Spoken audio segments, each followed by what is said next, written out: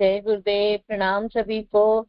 आज बुधवार के दिन हम लोग पढ़ते हैं किसी न किसी महापुरुष की पूरी जीवनी, जो कि परम पूज्य गुरुदेव ने लिखी और हम सब के लिए साम्यवाद के प्रतिष्ठाता, मानवीय समता के प्रतिष्ठाता महर्षि कार्ल मार्क्स के जीवन के बारे में हम लोगों को जानने का सौभाग्य मिल रहा है, जो कि एक स्ट्रॉन्ग पर्सनालिटी जिसको हम कह सकते हैं, निर्णय लेने में बहुत ही कठोर लेकिन हृदय फूल की तरह मुलायम, ऐसे व्यक्तित्व के धनी व्यक्ति के बारे में परम पूज्य गुरुदेव ने लिखा। हमने सवेरे जाना उनके विषय में कि आप जर्मनी के एक यहूदी परिवार से, मध्यम वर्गीय परिवार से ताल्लुक रखते हैं, वहां के रहने वाले, और उनके पारिवारिक जीवन में उनको इतना ज्यादा सम्मान मिला, वो भी उनके पति पत्नी यानी कपल जो आज प्रॉब्लम्स फेस कर रहा है, तो वो प्रेरणा हमको आज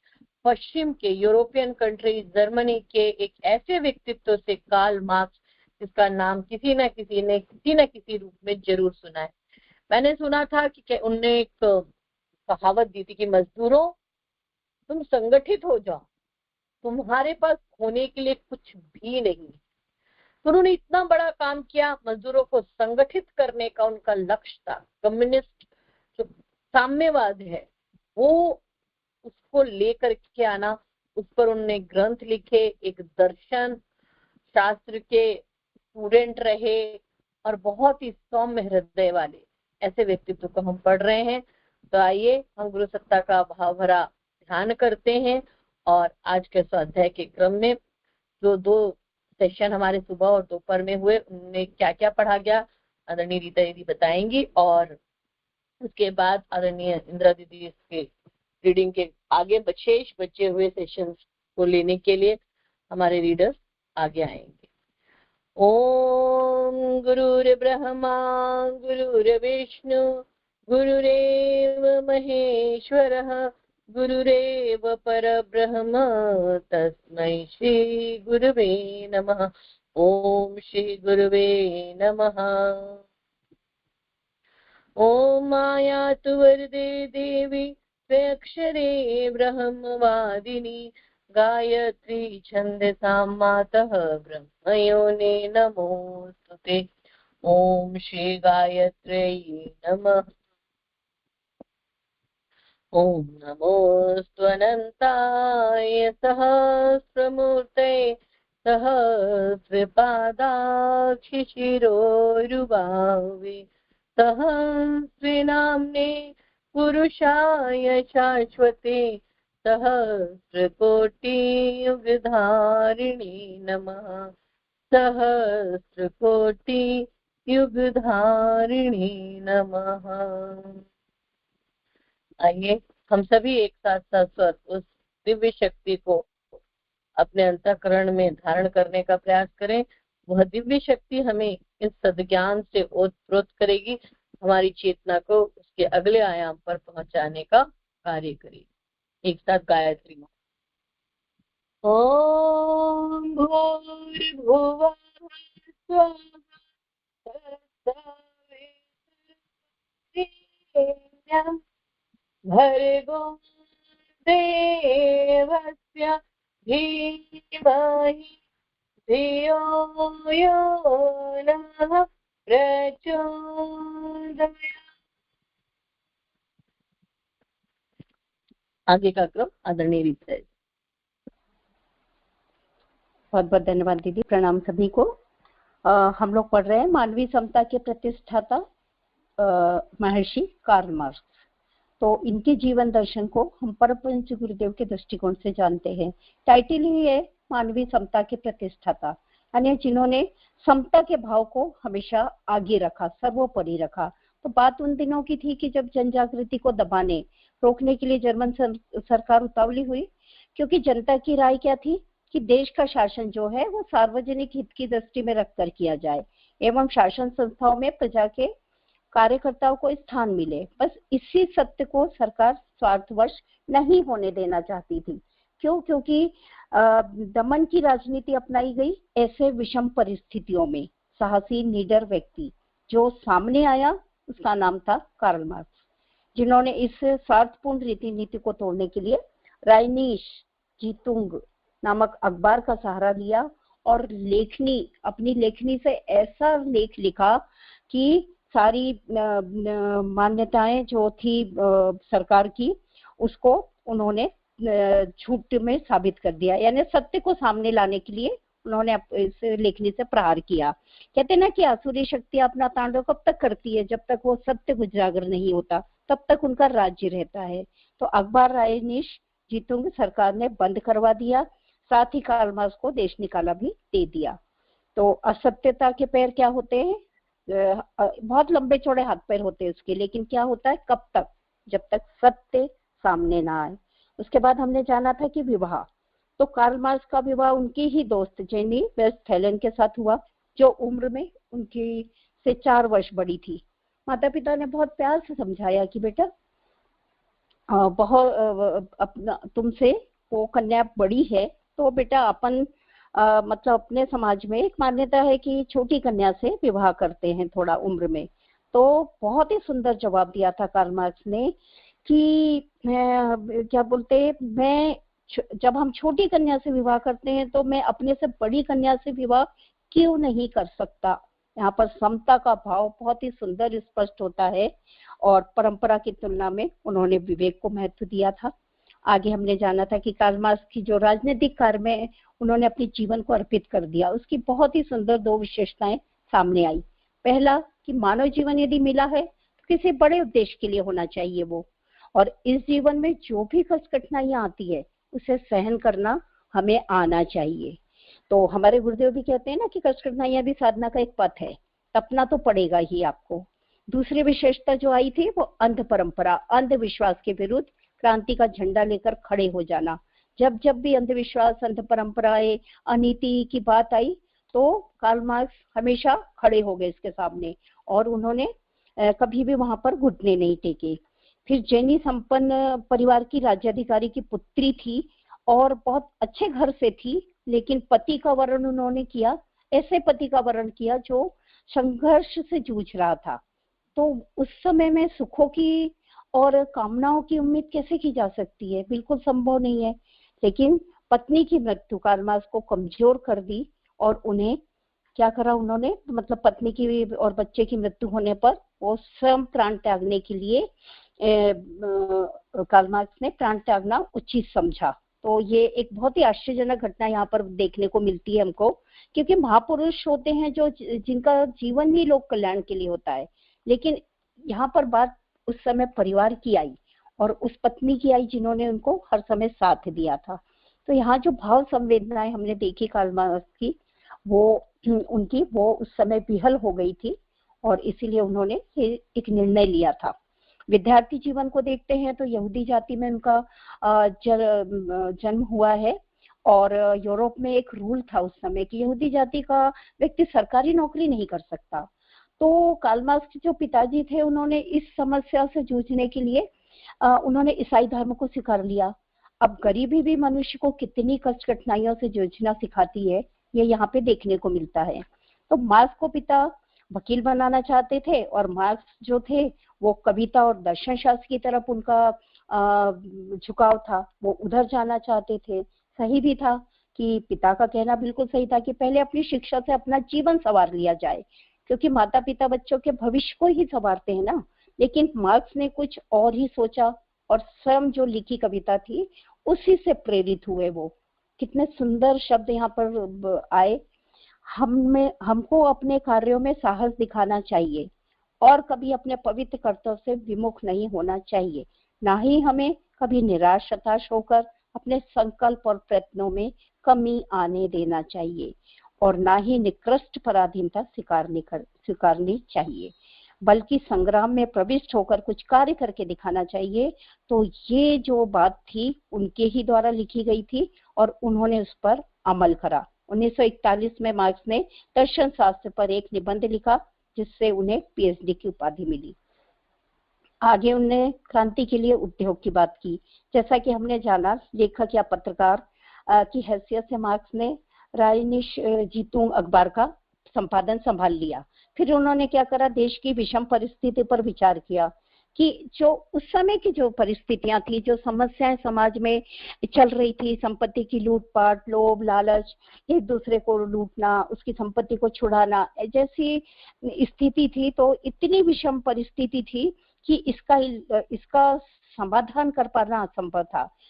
तो बहुत कहते हैं ना, इसका समाधान तो दूर की बात है, केवल अपने ही बारे में लोग सोचते थे। तो इस पर जर्मनी के जो उद्धार के बारे में सोचा कि श्रमजीवी दल की उत्पत्ति की जाए ताकि उद्योग धंधे की वृद्धि हो जाए और कृत्रिम रूप से जो गरीबी को जो पैदा की गई है उसे रोका जाए। इस पर फ्रांस सरकार ने कार्ल मार्क्स को फिर से देश से निकल जाने के लिए कहा। अब मार्क्स यहाँ पर दूसरी बार देश से निकाले गए और 1847 में अंतरराष्ट्रीय मजदूर संगठन, उन्होंने एक संस्था को खड़ा कर दिया और ये था मजदूर वर्ग का संगठन। श्रमजीवियों को का घोषणा पत्र उन्होंने यहाँ पर किया, कम्युनिस्ट मैनिफेस्टो। 1847 में यह पार्टी लंदन में बनाई गई और घोषणा पत्र बनाया गया जिसमें पूंजीवादी प्रथा को कारण समाज को दो भागों में बांट दिया गया। एक था पूंजीपति जो मालिक है और दूसरा था श्रमजीवी जो मजदूर है। लेकिन फिर यहाँ पर वही बात आती है, स्वार्थ की रीति नीति।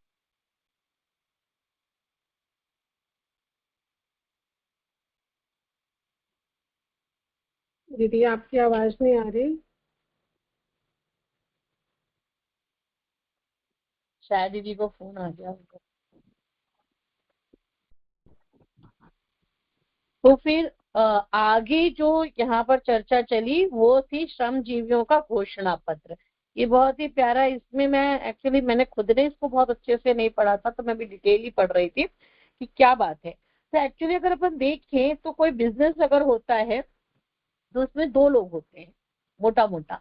एक हिस्सा वो होता है जो मालिक कहलाता है, जो इन्वेस्टमेंट करता है, और एक वो जो हिस्सा होता है जो मजदूर वर्ग कहलाता है, जो काम करते हैं। जैसे खेती करनी है तो एक वर्ग ऐसा होगा जिसके पास लैंड होगा। आज मेरे पास लैंड है तो मैं चार मजदूर लगवाऊंगी और उस लैंड पर खेती करवाऊंगी। तो लैंड की अपनी एक कीमत है, उसको कहते हैं अचल प्रॉपर्टी है, वो फिक्स है।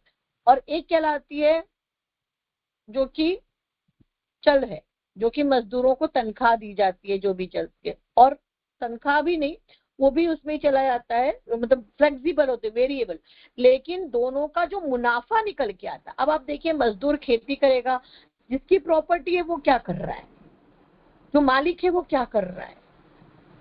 आज मेरी अगर जमीन है तो मैं क्या कर रही हूँ, मैं कुछ नहीं कर रही हूँ, मेरी सिर्फ जमीन है। लेकिन मजदूर मेहनत कर रहा है, मजदूर पैसा कमा रहा है, मुनाफा जो हो रहा है वो मजदूर का हो रहा है। अब इन्वेस्टमेंट में पैसा लगा सकते हो, चलो बीज लाना है, बीज लगेगा, खेती करना है, तो गुरुदेव ने इसमें खेती का एग्जाम्पल है और कारखाने का एग्जाम्पल है, कुछ भी प्रोडक्ट बनाने का, इस तरीके से बताया। और बेसिकली यहाँ पर एक मैनिफेस्टो ये क्रिएट करने की बात चल रही कि श्रमजीवी जो हैं, जो श्रमिक वर्ग है, उनको उतना मिल नहीं रहा है। पूंजीवाद की चर्चा है ना, जिनके पास बहुत पैसा है वो खूब तो कमा रहे, चूस ले रहे हैं, और मजदूरों को कुछ नहीं मिले। गुरुदेव ये बता रहे हैं कि इतना काम मजदूरी करने वाला मजदूर, इतना अनाज मनो अनाज उगाने वाला मजदूर भूखे पेट सो रहा है। मनो कपड़ा बुनने वाला बुनकर बिना तन ढके रह रहा है। इतनी दयनीय स्थिति इसमें बताए। आदरणीय रीता यदि आप आगे हो तो आगे कंटिन्यू कर लीजिएगा। तो ये पूरा इसमें चल रहा था पूंजीवाद के बारे में, मतलब ये मैनिफेस्टो श्रमजीवियों का घोषणा पत्र। जी दीदी, आप बेकारी की इस तरह से पूंजीवाद का जो अंत हुआ,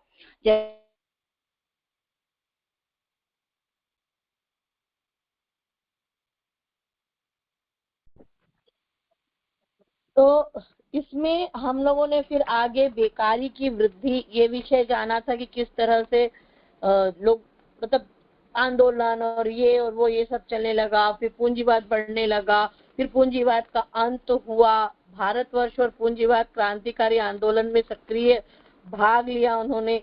आर्थिक संकट की चर्चा हुई, मेरे ख्याल से हाँ, कष्ट के दिन और सिद्धांत पर अटलता, ये भी हम लोगों ने पढ़ लिया। अब आज हम पढ़ने जा रहे हैं, अभी शाम के सेशन में उन्होंने अंतरराष्ट्रीय मजदूर संगठन बनाया। इसके पश्चात अब आज अंतिम सेशन हमारा जो स्टार्ट होने जा रहा है शाम का, उसमें हम लोग जानेंगे साम्यवाद का लक्ष्य क्या है और फ्रांस की श्रमजीवी क्रांति क्या थी। साम्यवाद का लक्ष्य, फ्रांस की श्रमजीवी क्रांति, दो हो गए। तीसरा आएगा भारतवर्ष और मार्क्स, यहाँ भारत में क्या हुआ और जीवन के अंतिम दिन मार्क्स के। तो 4 टॉपिक आएंगे, तो हम लोग इसको प्रारंभ करते हैं। साम्यवाद का लक्ष्य। जी दीदी आप ले लीजिए। इंदिरा दीदी।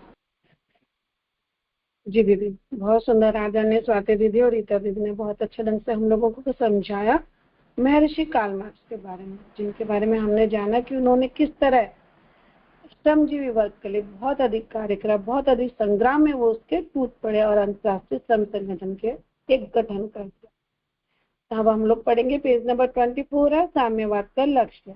जो लोग समझते हैं कि कम्युनिज्म अथवा साम्यवाद का आशय मजदूरों और कर्मचारियों का वेतन अधिकाधिक बढ़वाना है और बड़े धनवानों की संपत्ति को सब में बराबर बंटवाना है, वे वास्तव में इस सिद्धांत से अनजान ही है।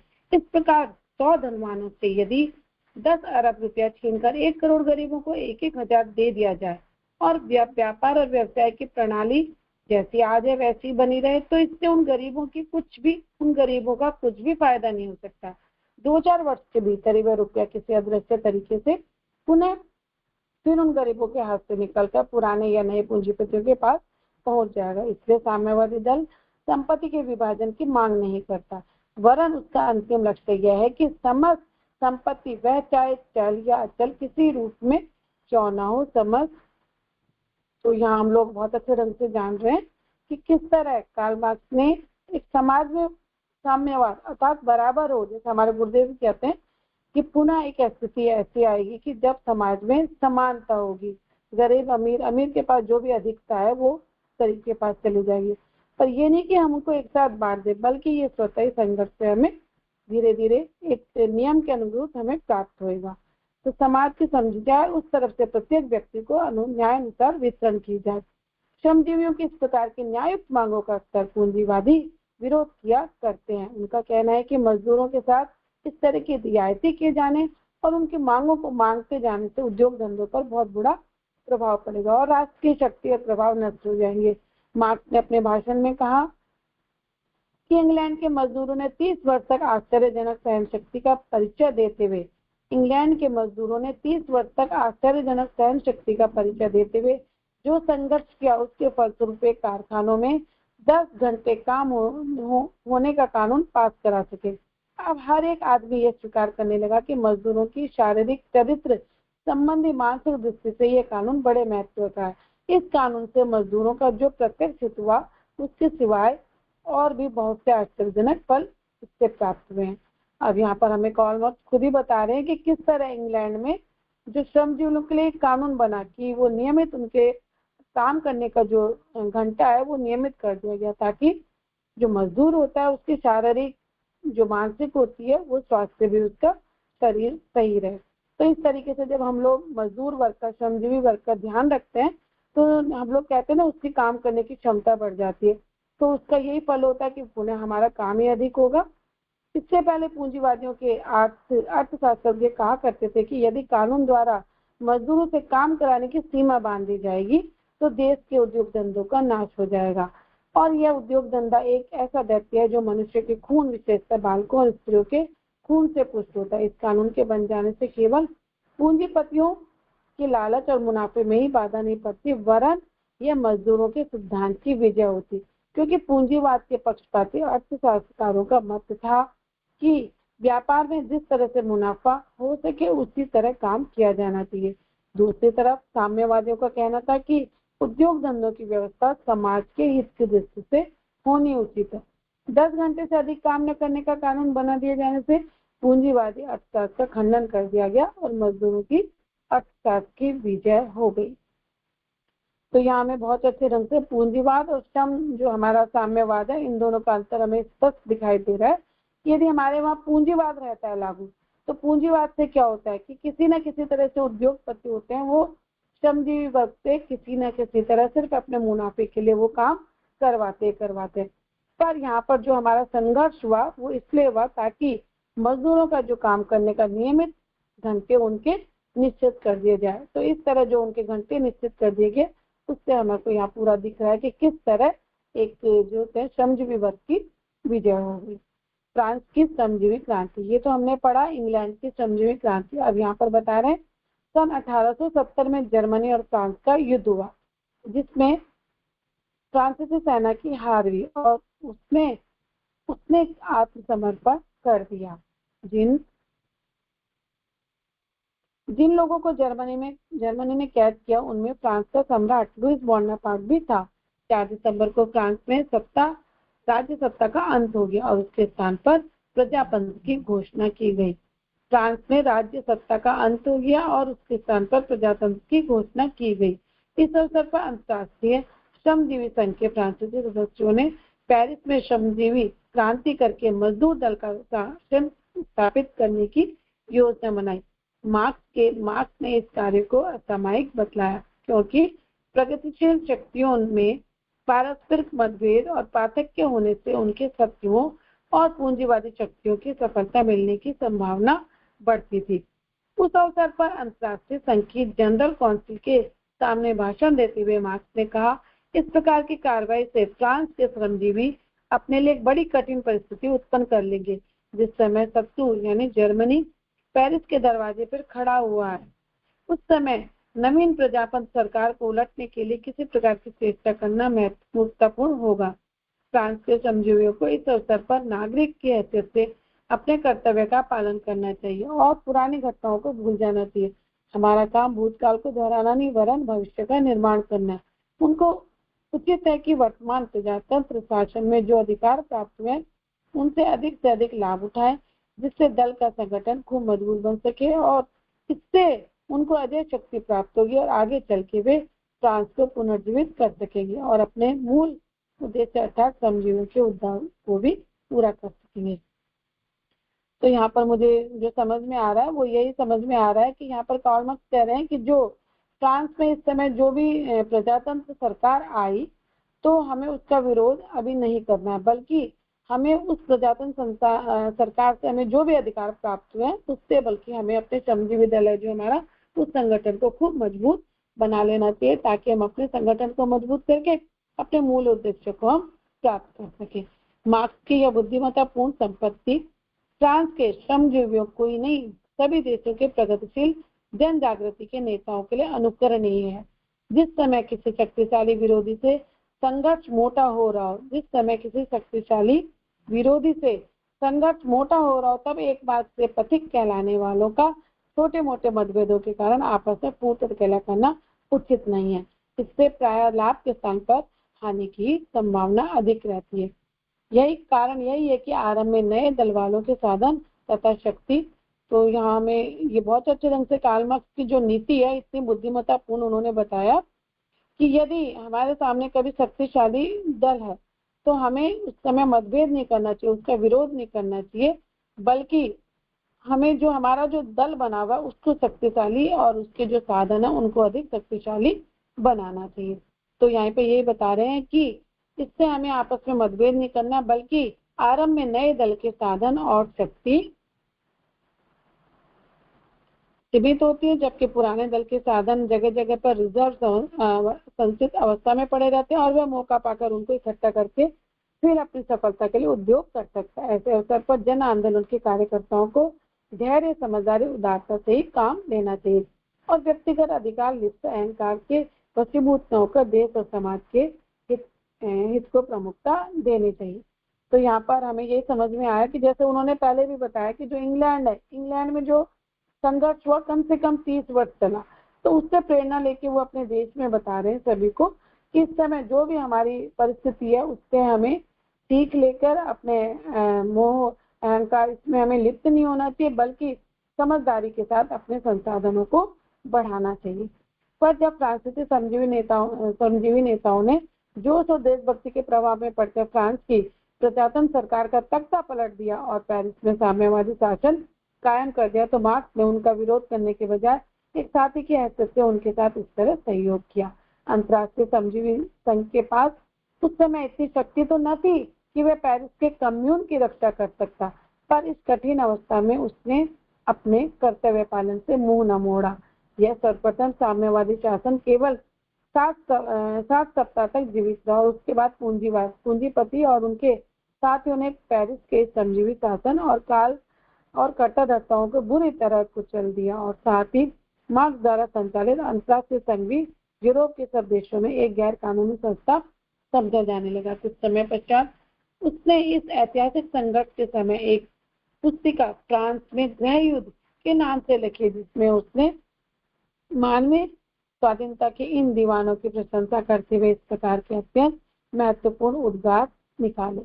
तो यहाँ पर ये होता है ना, जोश उत्साह में हम लोग कुछ भी कार्य कर सकते हैं। तो वही जो वहाँ पर संगठन था श्रमजीवी, उन्होंने भी यही करा।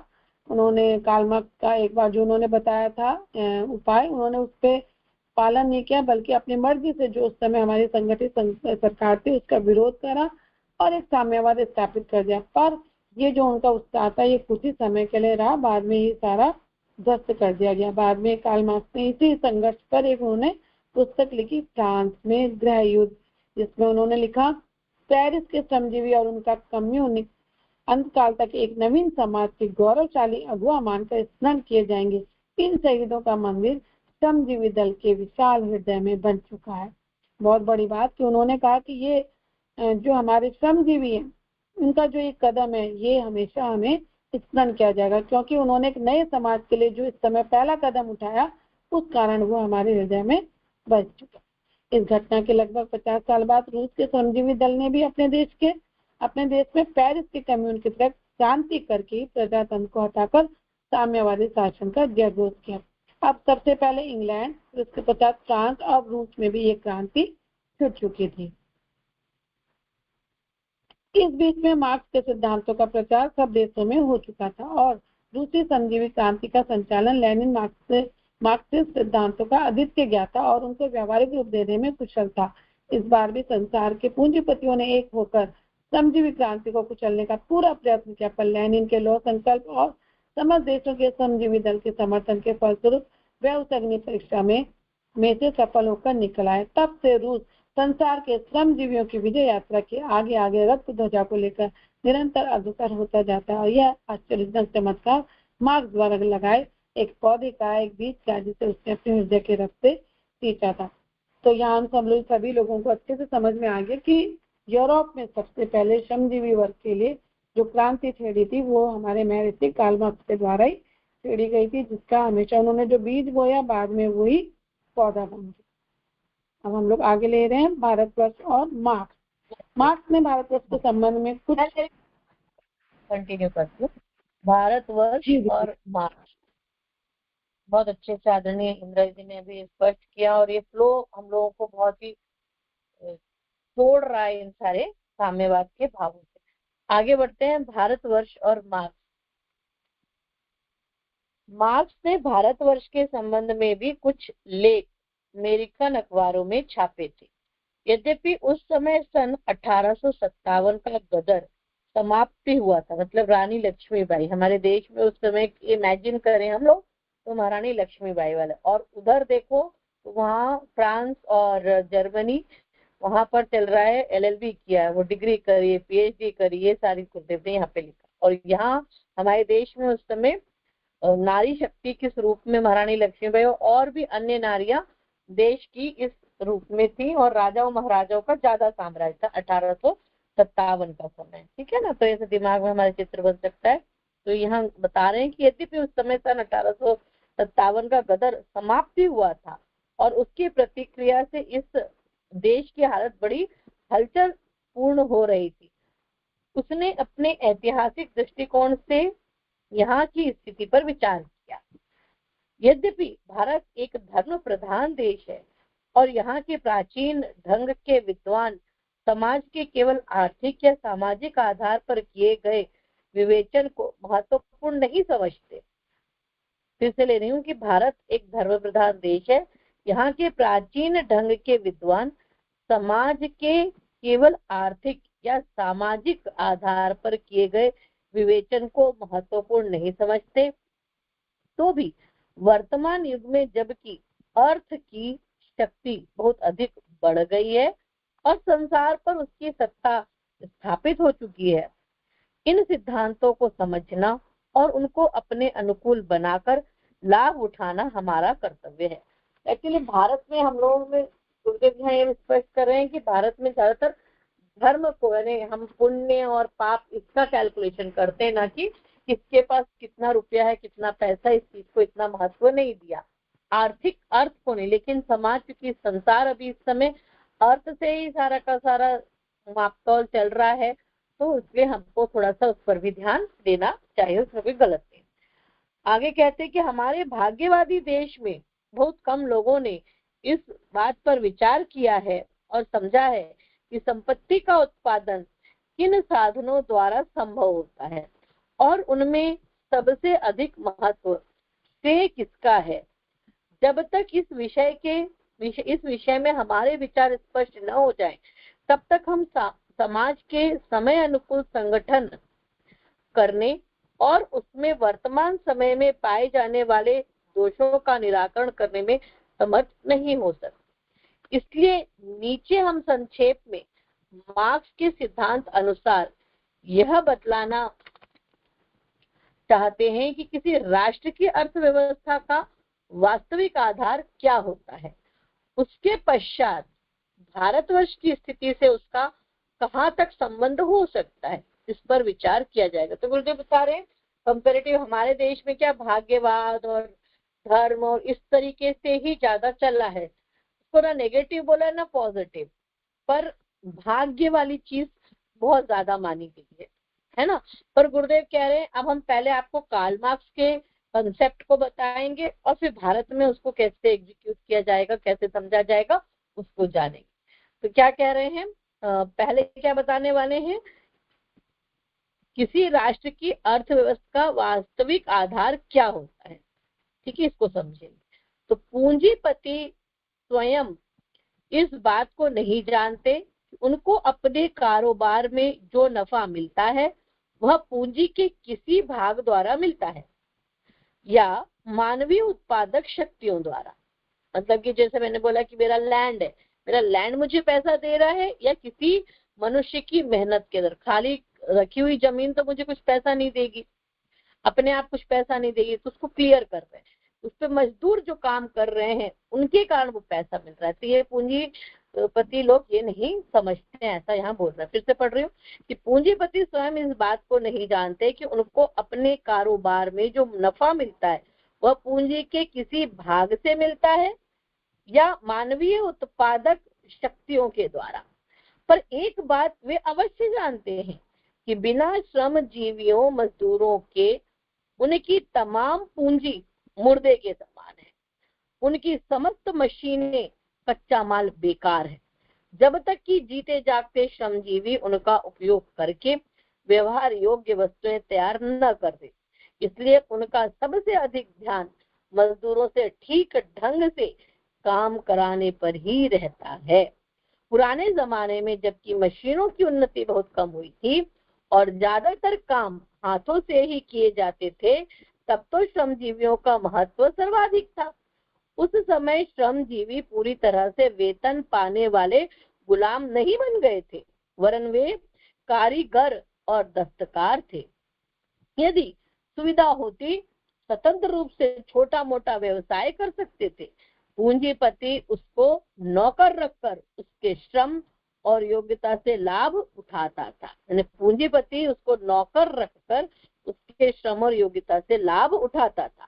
उसका ध्यान सदा इस बात पर रहता था कि उनसे अधिक से अधिक समय तक काम करा के ज्यादा से ज्यादा माल तैयार कराया जाए, जिससे भरपूर नफा मिल सके। तो ये स्पष्ट होना चाहिए कि पूंजीपति क्या कर रहे हैं और कारीगर दस्तकार कौन होते हैं, और टैलेंटेड होते हुए भी जो पूंजीपति है वो किस तरह से नफा कमा रहे कारीगर से भी, उनको नौकर बना के, उनको मजदूर बना के। ये वाली बातें यहाँ पर हमको, ये कंसेप्ट पूरा का पूरा क्लियर होना चाहिए कि कार्ल मार्क्स का कंसेप्ट जो मैंने पहले पढ़ा कि इसमें गुरुदेव कह रहे हैं कि पहले हम क्या बताएंगे, इसलिए हम संक्षेप में मार्क्स के सिद्धांत अनुसार ये क्लियर कर देना चाहते हैं, बता देना चाहते हैं कि किसी राष्ट्र की अर्थव्यवस्था का वास्तविक आधार क्या होता है। ये पूरा पढ़ा, आगे और पढ़ रही हूँ कि जिस समय मार्क्स ने पूंजीवाद के स्वरूप, क्रम, विकास और परिणामों पर उपयुक्त शब्द लिखे थे, यानी ये सब कुछ जो लिखा पढ़ा मैंने वो कार्ल मार्क्स के हैं। आगे कह रहे हैं कि ये सब जब उन्होंने लिखा था उस समय भारत तो क्या, यूरोप में भी कल कारखानों का विकास और यंत्रों की उन्नति बहुत कम हुई थी। कुछ आंदोलनकारियों के प्रयत्नों से मालिकों और मजदूरों में संघर्ष उत्पन्न हो गया था, कुछ आंदोलनकारियों के, पर समस्त शक्ति और साधन पूंजीपतियों के ही हाथ में थे। मतलब मशीनें नहीं आई थी, मजदूरी बना के काम करवाते थे, कारीगरों को मजदूर, पूंजीपति वाले कारीगरों को मजदूरी बना लेते थे, ऐसा था, क्योंकि तब इतनी मशीनें यूरोप में भी नहीं थी, भारत तो छोड़ो। कुछ आंदोलनकारियों के प्रयत्न से मालिकों और मजदूरों के संघर्ष उत्पन्न हो गए थे, पर समस्त शक्ति और साधन पूंजीपतियों के हाथ में थी। उस समय की सरकारें भी यही चाहती थी कि देश में उद्योग धंधों की खूब उन्नति हो, जिससे राज्य की आमदनी बढ़े। इसलिए वह भी पूंजीपतियों को ही सहायक और समर्थक, और इसलिए वह भी पूंजीपतियों की ही सहायक और समर्थक थी। पर मार्क्स ने अपने अर्थशास्त्र संबंधी ज्ञान तथा दूरदृष्टि के आधार पर भावी परिवर्तनों का बहुत कुछ सही अनुमान कर लिया। यह कम प्रशंसा की बात नहीं कि मार्क्स के लिखने के 150 वर्ष बाद आज हम उसी क्रम से पूंजीवाद का हास, कैपिटलिज्म और साम्यवाद, कम्युनिज्म का उदय होते देख रहे हैं। ये परम पूज्य गुरुदेव घोषणा कर रहे हैं कि 150 साल बाद हम ये सब कुछ देख पा रहे हैं। अब गुरुदेव उन्होंने कब लिखा, 150, अब तो 50 साल और हो चुके हैं, 200 साल हम लोग बोल सकते हैं कि 200 साल बाद ये सब और क्लियर। और वैसे वो चल रहा है, मतलब वो आंदोलन चल रहा है, अभी भी लंबा समय लगेगा। गुरुदेव यहाँ पे लिख रहे हैं कि आता हुआ देख रहे हैं ना, उदय होता हुआ देख रहे हैं साम्यवाद। यद्यपि अब भी पूंजीवाद का बाह्य रूप बड़ा विशाल और शक्तिशाली प्रतीत होता है, पर सत्य यही है कि उसकी जीवनी शक्ति समाप्त हो चुकी है।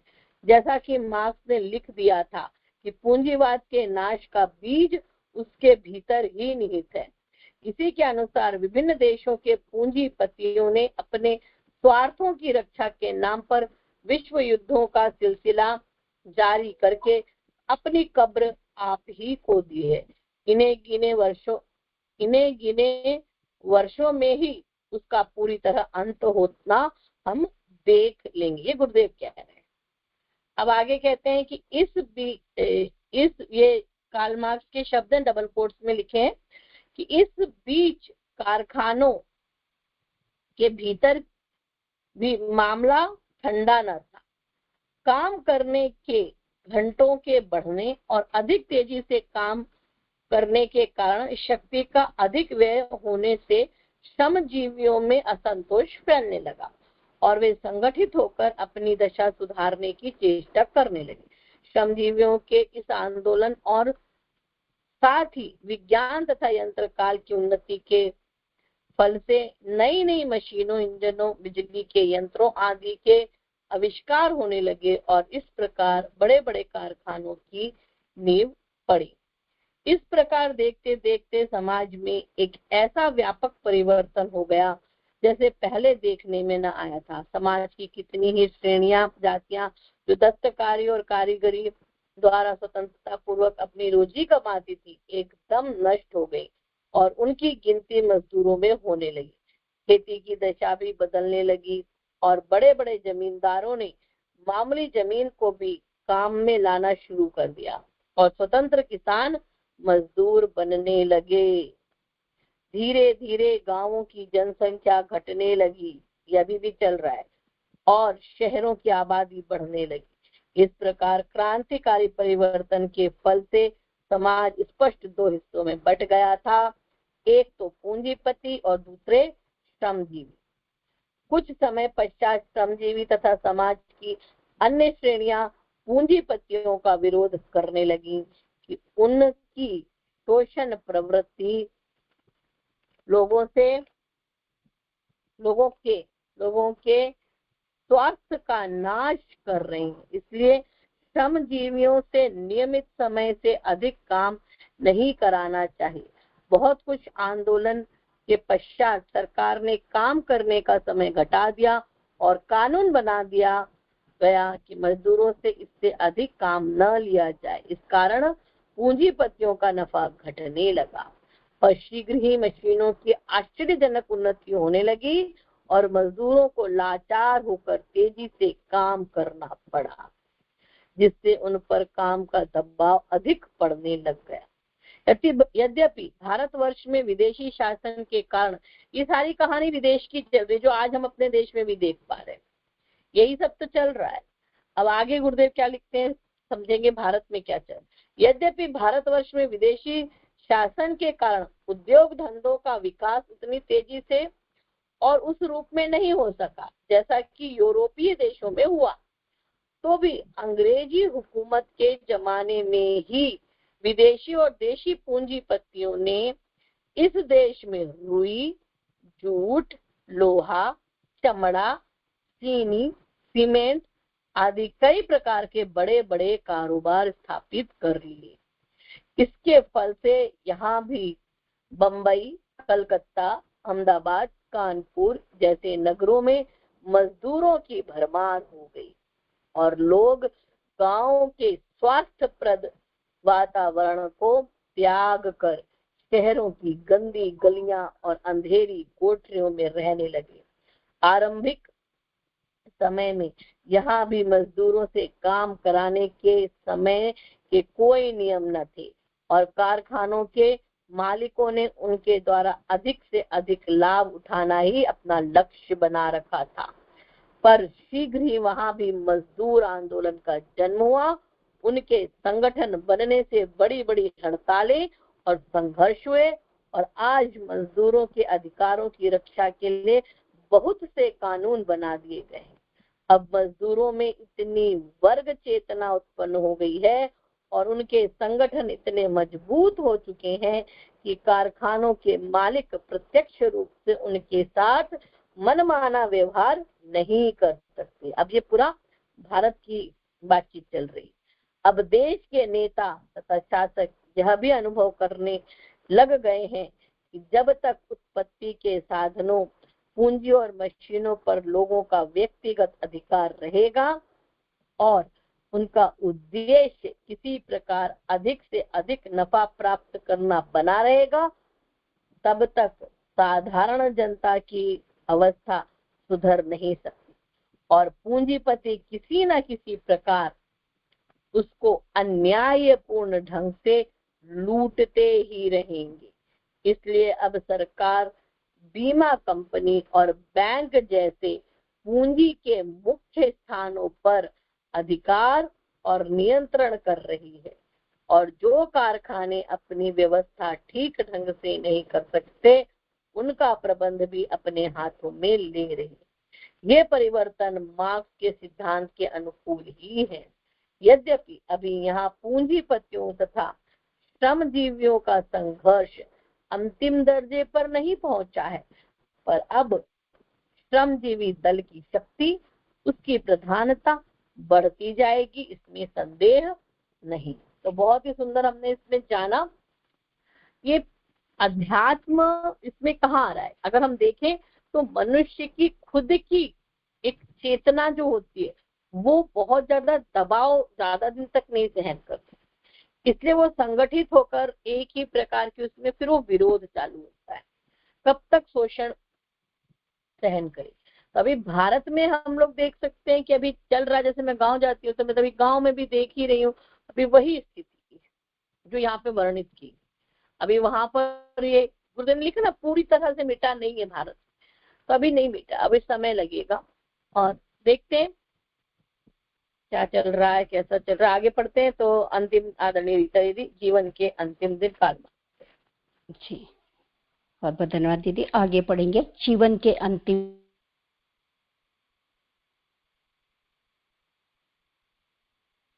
दिन। जीवन के अंतिम 12 वर्ष में मार्क्स को निरंतर बीमारी और रोगों से संग्राम करना पड़ा। इसका मुख्य कारण यह था कि कैपिटल के लिखने और श्रमजीवी आंदोलन के प्रचार कार्य में वर्षों तक वह लंदन के ब्रिटिश म्यूजियम पुस्तकालय में बैठकर 16 घंटे प्रतिदिन अध्ययन करता रहा।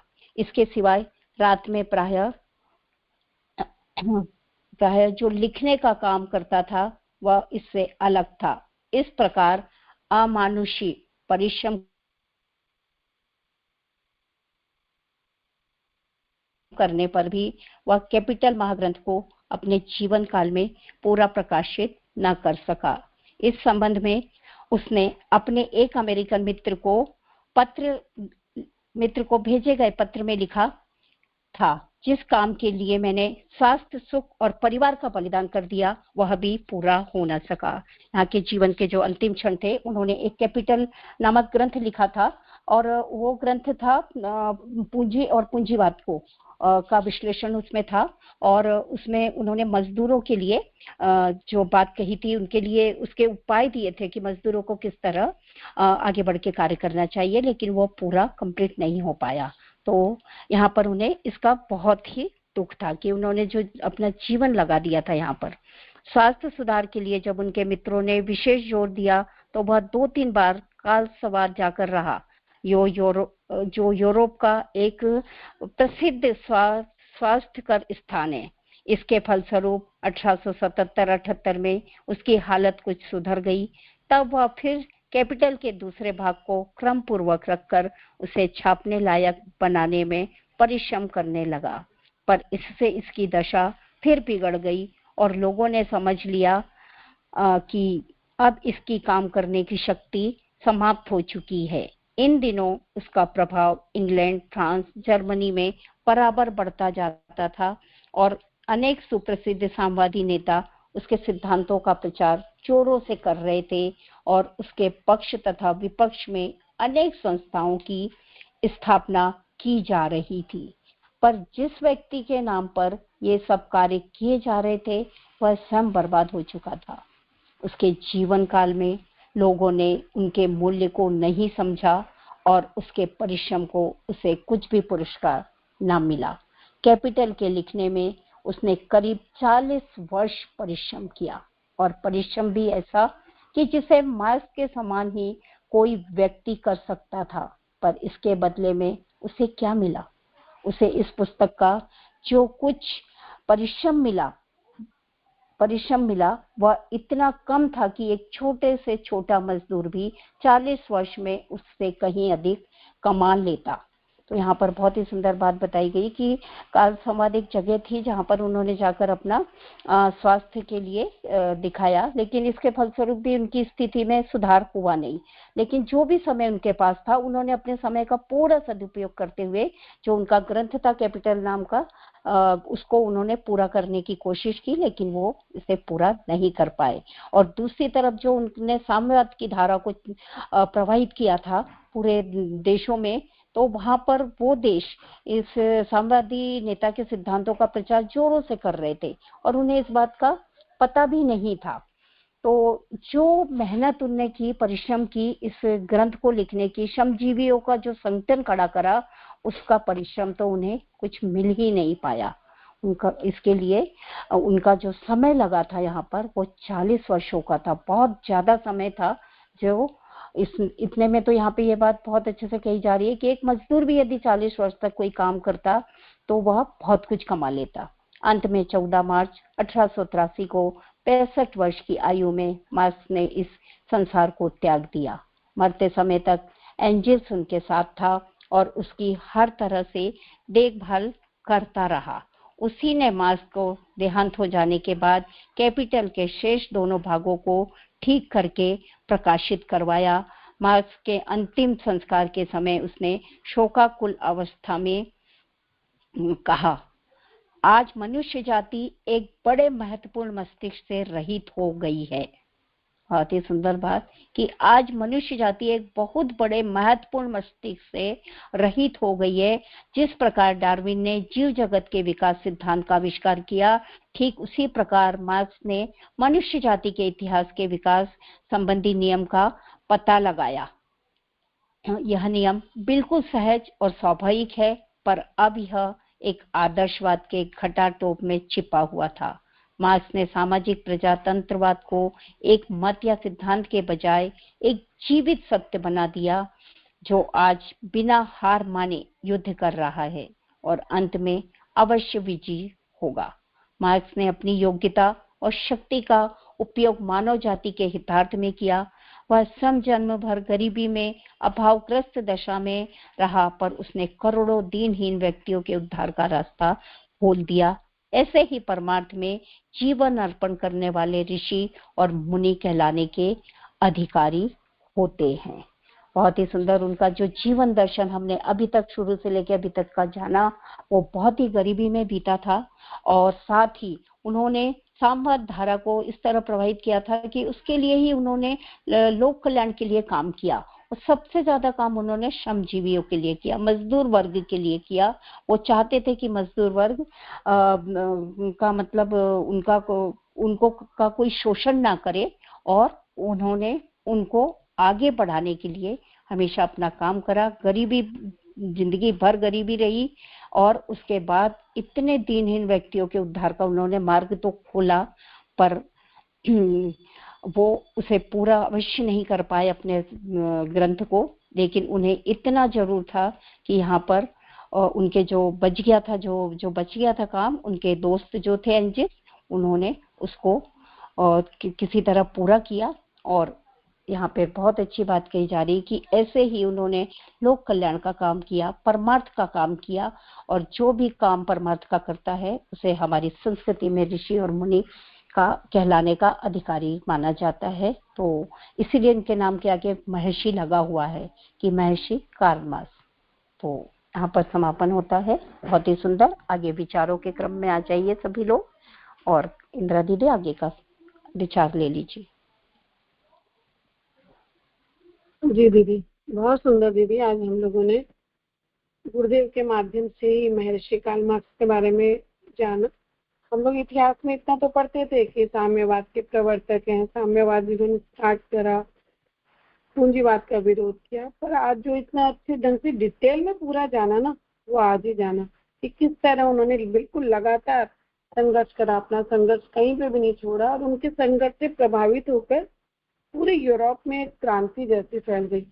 और फिर उन्होंने भारत में जो उस समय 1857 की स्थिति थी, उस पर जो हमारी स्थिति थी कि यहाँ पे भी ऐसे ही था, जो विकसित वर्ग था वो मजदूर वर्ग से अधिक काम कराता ही था, और फिर हमारे यहाँ मशीनरी वगैरह भी नहीं थी। तो उसके आधार पर उन्होंने जो उस समय का पूरा क्रम डाला कि हमारे यहाँ कैसा पूंजीवाद है, क्या हमारे यहाँ सिस्टम और क्या होना चाहिए, वो उन्होंने बहुत अच्छे ढंग से जाना। और आज भी दीदी होने को तो यही हो रहा है। जो हमारे प्राइवेट सेक्टर है, देखा जाए तो इसमें मजदूर वर्ग जो आज का जॉब कर रहे हैं बच्चे, दीदी वो मजदूर वर्ग से कम नहीं है, क्योंकि उनको भी रात का पता नहीं, सुबह का पता नहीं दीदी।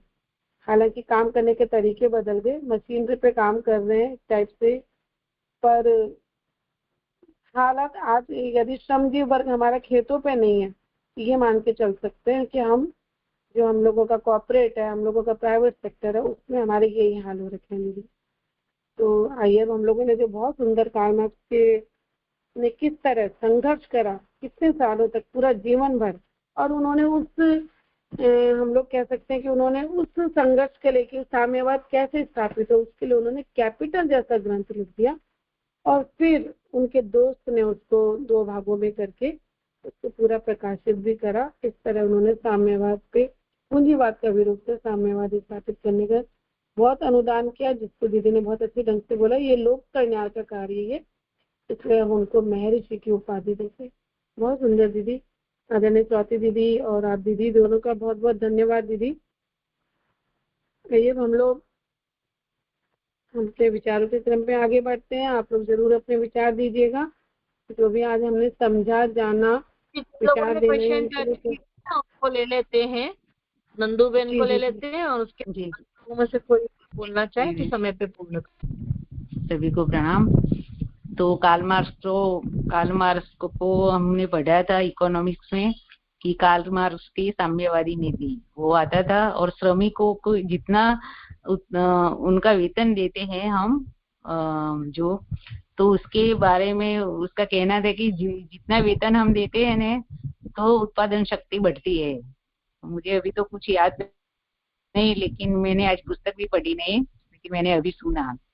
तो कार्ल मार्क्स की नीति से वहाँ क्रांतिकारी परिवर्तन आया जर्मनी में, और जो श्रमिक वो अपने अधिकार मांगने लगे और वहाँ क्रांति आई और जारशाही का वहाँ हुआ था एक आंदोलन।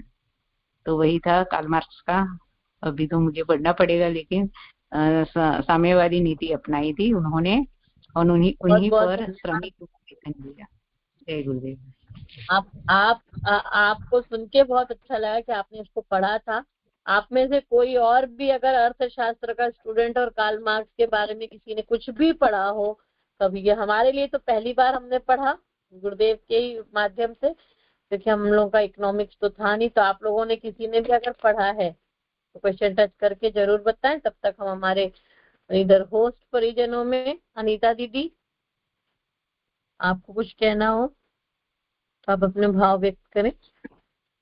जय गुरुदेव दीदी, सभी को प्रणाम। बहुत ही अच्छा दर्शन हम लोगों ने पढ़ा। तो यहाँ पर मुझे जो महसूस हो रहा था कि अगर इस तरह से सांसारिक के जीवन के हिसाब से देखा जाए तो कार्ल मार्क्स बिल्कुल गरीबी में उनका जन्म हुआ था, है ना, और गरीबी में ही उन्होंने अपना जीवन बिताया और गरीबी में ही वो इस संसार को विदा ले गए। लेकिन कितने ही मतलब 1818 के करीब उनका प्रादुर्भाव हुआ था, तो उस समय से लेकर के आज तक कितने ही मानव ने जन्म लिया होगा, लेकिन फिर भी हम आज उन कार्ल मार्क्स जो कि हमारे देश के भी नहीं थे, है ना, विदेश में वो रहते थे, और ये पूरे विश्व में ही संत सुधारक ऋषि का अपना काम होते रहा है। तो उन्होंने आखिर मतलब हम लोग उनको क्यों पढ़ रहे हैं, तो कितना अच्छा यहाँ पर है कि जो भी दूसरे के लिए अपने जीवन को खपाते हैं ना, वो हम अगर स्थूल रूप से हम सांसारिक रूप से देखें तो वो धन जो है वो अमीरी गरीबी के रूप में नहीं होता है, पर जिन्होंने दूसरे के लिए दूसरे के दुख को समझकर दूसरे के कष्ट को समझकर, कितनी बड़ी बात है ना कि पूंजी उनके पिताजी जिस रास्ते पर थे चाहते तो वो भी आराम से जो भी व्यवस्था चल रही थी उसको अपनाते हुए पढ़ाई लिखाई पूरी करके पढ़ाने को तैयार थे पिताश्री, और आराम से कोई नौकरी कर लेते और जो भी शासन व्यवस्था चल रही है मजे से जिंदगी गुजार सकते थे। लेकिन जब एक दर्द उभरता है तो मजदूरों के प्रति उन्होंने अपना सारा जीवन समर्पित कर दिया, और उनकी पत्नी उनके दोस्त एंजल्स ने उनका पूरा साथ दिया। यहाँ दोस्ती की भी मिसाल हम देख सकते हैं कि हर जगह पर उनके अच्छे बुरे दिन या अच्छे बुरे स्वास्थ्य सब में एंजल्स उनके साथ रहे। और गुरुदेव यहाँ पर कितने अच्छे से यहाँ पर बता रहे हैं कि कैपिटल लिखने में उन्हें करीब 40 वर्ष का परिश्रम लगा, और वो परिश्रम ऐसा कि जिसे मार्क्स के समान ही कोई व्यक्ति कर सकता था, है ना, ऐसा नहीं था कि वो असंभव था, कर सकता था, लेकिन वो किस स्तर का, मार्क्स के स्तर का ही कोई व्यक्ति ऐसा कर सकता था। तो ये जो समर्पण था समाज के प्रति, राष्ट्र के प्रति, गरीबों के प्रति, ये सिर्फ अपने जर्मनी की नहीं पूरे विश्व के लिए एक मार्गदर्शन मिला कि किस तरह से पूंजीवाद और जो मजदूर वर्ग हैं उनके बीच में एक पुल का काम उन्होंने किया। जय गुरुदेव, सभी को प्रणाम। धन्यवाद दीदी। रचना दीदी, आप कुछ कहना चाहोगे? आपका अनम्यूट किया है, आपकी आवाज आएगी। और हम लोग सब बहुत अच्छा लगा, कम से कम एक इंसान तो था नंदूबेन जिन्होंने पढ़ा था, हम लोग तो और सारे कोई नहीं पढ़े। और उसके बाद रचना दीदी आप बोलिए, उसके बाद आहुतियों का क्रम होगा। जी रचना। नहीं दीदी प्रणाम दीदी, मुझे आज तो कुछ नहीं कहना, बस यही मैं सुन रही थी कार्ल मार्क्स का दीदी।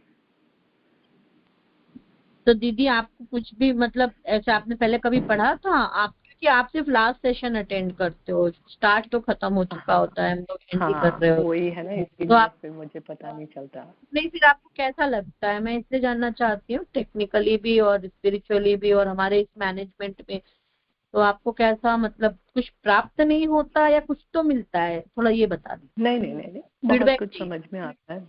नो नो नो, बहुत कुछ समझ में आता है दीदी, बहुत बहुत ज्यादा वो समझ में आता है कि कैसे क्या हो रहा है और कैसे गुरुदेव ने लिटरेचर लिखा और पूरा ये। नहीं नहीं, बहुत मतलब कुछ ऑफर नहीं करी आज मैं, know like it is very helpful. Subject का नहीं चाहिए, I just don't want about the subject but the process that you got something or not, that's the best, because you won't come for नहीं नहीं नहीं, वो तो बिल्कुल, हाँ नहीं नहीं नहीं, वो तो बिल्कुल बिल्कुल बहुत अच्छा लगता है, बहुत आई वेट फॉर इट, तो इसलिए ये तो बहुत ही अच्छा है आप जो कर रही हैं। मेन बात यही जानना चाह रहे थे, आप अपने भाव व्यक्त कर दिया करिए, बिल्कुल, मतलब कुछ बहुत डिटेल नहीं चाहिए, आपका इंटेलेक्ट नहीं चाहिए, आपका फीलिंग चाहिए, क्या अंदर दर्द पैदा हुआ कि हाँ, जैसे मैंने खुद ने भी केवल लास्ट सेशन ही अटेंड किया और सुबह का पूरा सही सेशन अटेंड किया, लेकिन कम से कम कुछ तो पता लगा। एक तो अपने गुरु के बारे में पता लगता है कि भाई उनको इतना सब उन्होंने पढ़ा और उसको कार्ल मार्क्स का इस दर्द, उस कंसेप्ट को उन्होंने समझा, ये चीजें पता लगती हैं। दीदी चलिए, आपका बहुत बहुत धन्यवाद, और आप ऐसे, मैं आपका विशेष ध्यान रखती हूँ, बुधवार और आप एक पर्याय की तरह हो जाते हो। चलिए अब हम लोग समाप्त करेंगे। बहुत बहुत धन्यवाद। प्रणाम दीदी, जय गुरु। दक्षिणा दीदी हमारी अमेरिका से सिर्फ बुधवार के दिन केवल ये सेशन अटेंड कर पाती हैं, ये देखिए कितनी बड़ी बात है, और एक डॉक्टर भी हैं वो, और गुरुदेव को सुनने, पढ़ने, वेबसाइट है वो अटेंड करने के लिए दीदी ज्वाइन करती हैं, और दीदी फाउंडर रही हैं। दीदी, मैं और मोनिका दीदी, हम 3 लोग ही थे जिन्होंने ये संकल्प किया था। 18 साल पूरे होने जा रहे हैं वेबसाइट को, 17 साल से लगातार एक छोटे कदम से कदम हम चल रहे हैं, और आज जाकर के इन 17 साल के पश्चात कार्ल मार्क्स को पढ़ने का मौका मिला। बहुत दिन से इच्छा थी 2 लोगों को समझने की, एक सुकरात और एक कार्ल मार्क्स। सोचिए कि कितने सिंपल साधारण परिवार थे, और कितना संघर्ष, एक देश से निकाला, दूसरे देश से निकाला, और कितना संघर्ष करना, और पूरे विश्व में उनकी ख्याति का फैलना कितनी बड़ी बात है। चलिए, संघर्ष से मुर्गी का अंडा फोड़ के चूजा जो है बाहर निकलता है, संघर्ष से ही एक बीज के अंदर से एक पौधा वट वृक्ष बनता है। तो संघर्ष हम सब करें, यही हमको समझ में आता है, और बहुत भाव संवेदनाओं से हम अपने आप को ओतप्रोत रखें, ये समझ में आता है। तो चलिए अब समापन की और आहुतियों का क्रम निवेदन करते हैं। नंदूबेन ने बस टच किया, और भी लोग क्वेश्चन को टच कर लें। रोहित भाई, आपने शायद कुछ भाव व्यक्त करने के लिए टच किया था, लेकिन अब समय नहीं है, तो फिर कभी आप अपने भाव जरूर शुरू में टच कर लिया करिए। एक परिजन और चाहिए हमको आहुति के क्रम के लिए, और आहुति में आज अब हम इस समय पूर्ण आहुति भी करेंगे। कोई और टच कर ले? चलिए शुरू करते हैं। तब तक गायत्री मंत्र और महामंत्र। एक बात और जोड़नी थी, 1 मिनट, क्योंकि अभी जो वर्तमान में चल रहा है रसिया में, जो साम्यवादी पक्ष, वही उन्हीं की नीति पर चल रहा है, कार्ल मार्क्स की, और चीन में भी है साम्यवाद, तो वही उन्हीं का ही है। वहां जो हुआ रशिया में, तो बहुत बड़ी क्रांति हुई थी और कत्लेआम हुआ था, तभी साम्यवादी पक्ष आया। तो वो कार्ल मार्क्स की नीति पर, उन्हीं के विचारों पर ही वहां क्रांति लाकर साम्यवादी पक्ष आया, वहां रसिया और चीन में तो क्रांति नहीं हुई थी, लेकिन रशिया में हुई थी। ये थोड़ा ऐड करना था। आइए गायत्री मंत्र की आहुतियां प्रदान करें, सभी को सद्बुद्धि मिले और सभी को सन्मार्ग की ओर चले। ओम भूर्भुवः स्वः तत्सवितुर्वरेण्यं भर्गो देवस्य धीमहि धियो यो नः प्रचोदयात् स्वाहा। इदं गायत्री इदं न मम। ओम भूर्भुवः स्वः तत्सवितुर्वरेण्यं भर्गो देवस्य धीमहि धियो यो नः प्रचोदयात् स्वाहा। इदं गायत्री इदं न मम। ओम भूर्भुवः स्वः तत्सवितुर्वरेण्यं भर्गो देवस्य धीमहि धियो यो नः प्रचोदयात् स्वाहा। इदं गायत्री इदं न मम। महामृत्युंजय मंत्र आहुति। आज जिनका जन्मदिन है उनका जीवन मंगलमय बने, और जिनका विवाह दिवस है उनका दाम्पत्य जीवन सुखी और प्रसन्न रहे। जो अस्वस्थ है उसको स्वास्थ्य प्रदान मिले, और सभी जीवों की मंगल कामना करते हुए महामृत्युंजय भगवान को विशेष आहुतियां प्रदान करेंगे। ओम त्र्यंबकं यजामहि सुगंधिं पुष्टिवर्धनम् उर्वारुकमिव बन्धनान् मृत्योर्मुक्षीयमामृतात् स्वाहा। इदं महामृत्युंजयाय इदं न मम। ओम त्र्यंबकं यजामहि सुगंधिं पुष्टिवर्धनम् उर्वारुकमिव बन्धनान् मृत्योर्मुक्षीयमामृतात् स्वाहा। इदं महामृत्युंजयाय इदं न मम। ओम त्र्यंबकं यजामहि सुगंधिं पुष्टिवर्धनम् उर्वारुकमिव बन्धनान् मृत्योर्मुक्षीयमामृतात् स्वाहा। इदं महामृत्युंजयाय इदं न मम।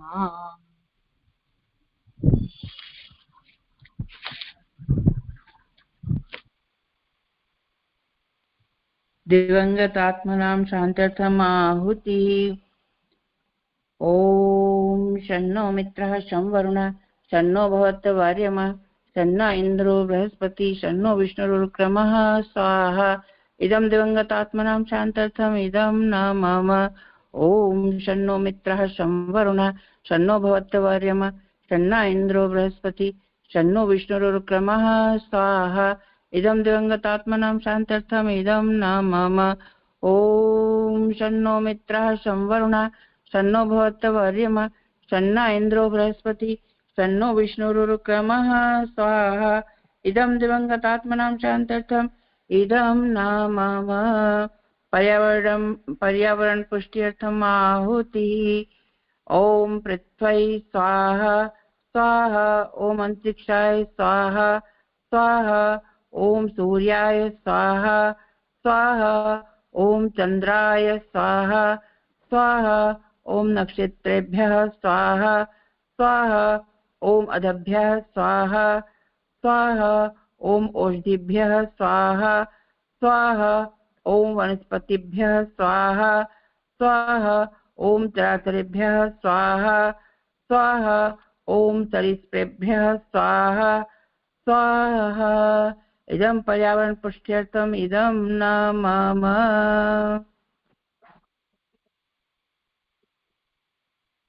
आज हम लोगों ने अपने तीनों स्वाध्याय में हम लोगों ने महर्षि कार्ल मार्क्स के बारे में जाना। आइए उनके लिए समर्पित।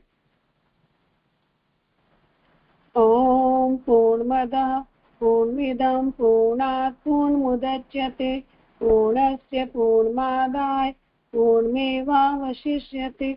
ओम पूर्णाद्रवि परापत् सुपुंड्रा पुंड्रापत् तस्मै विकीर्णा वा स्मृतं सत्क्रतो स्वाहा। ओम सर्वे वे पुण्यगं स्वाहा।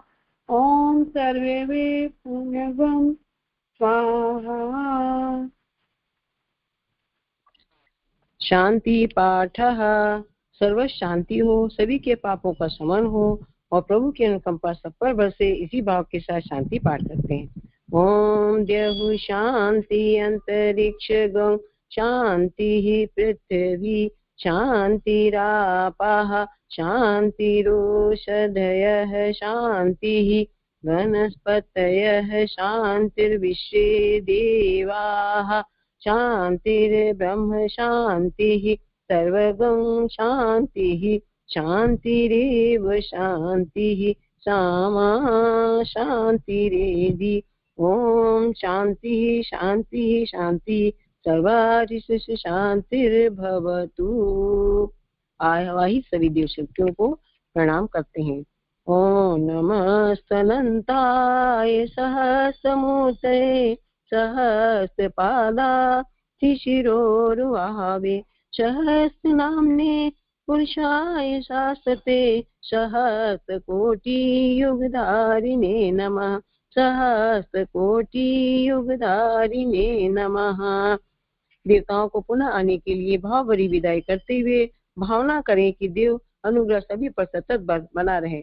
ओम यान्तु देव गणः सर्वे पूजा मादाय मामिकीम् इष्टकाम समृद्ध्यर्थम पुनरागमनाय च प्रभु पुनरागमनाय च। जय गुरुदेव, सभी को प्रणाम।